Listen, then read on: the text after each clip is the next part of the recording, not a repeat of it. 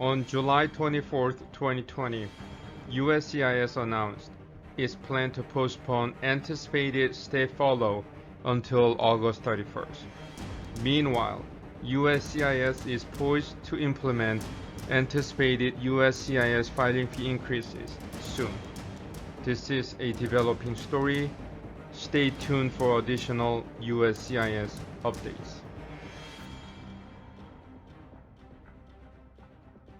Hi, I'm Jae Francis Lee. I'm immigration attorney in Chicago, Schaumburg, Illinois, and Madison, Wisconsin. I'm also a college professor and first-generation immigrant. Today, I'm going to explain what the postponed USCIS furlough and anticipated USCIS fee increases mean for your case. USCIS plan to furlough about 2/3 of its employees has been postponed for a month. The suspension of the anticipated staff reduction may prevent vital USCIS services from being brought to a standstill. However, it remains to be seen whether USCIS will start scheduling biometrics and interviews in August. Is there a USCIS budget crisis? USCIS still insists that the services need the emergency funding of $1.2 billion from Congress to continue providing uninterrupted services.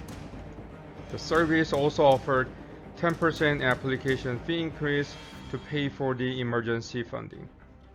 However, a revised USCIS estimate showed the USCIS had a surplus at year's end, which is September 30, 2020. A scheduled House Judiciary Committee hearing on July 29 will discuss this issue. It is also anticipated the next coronavirus relief package may provide the emergency funding to USCIS. How long does it take to get a green card in the mail? Since June 2020, the printing of approved employment authorization documents, green cards by USCIS has been delayed. According to USCIS, about 50,000 green cards and 75,000 employment authorization documents have not been printed. This printing hold has happened as USCIS ended its contract with a third-party company responsible for printing those documents and did not increase in-house printing due to a hiring freeze. What does USCIS budget crisis and anticipated staff furlough mean for your case? This means that every aspect of USCIS process will take longer. The case processing delays have already taken place as USCIS has not scheduled biometrics and interview appointments since March 2020. It'll take more time for USCIS to schedule new biometrics and interview appointments. For those waiting for naturalization ceremony, may not be able to register to vote in time for this year's election.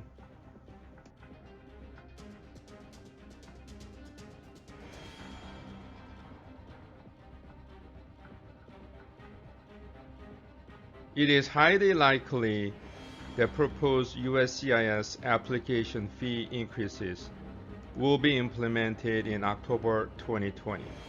In November 2019, USCIS has announced the following fee schedule changes, citing expected funding shortage. And for 100 naturalization application fee, we'll see a major increase. It'll go up by 83% from $725 to $1,170. How much will a marriage green card cost?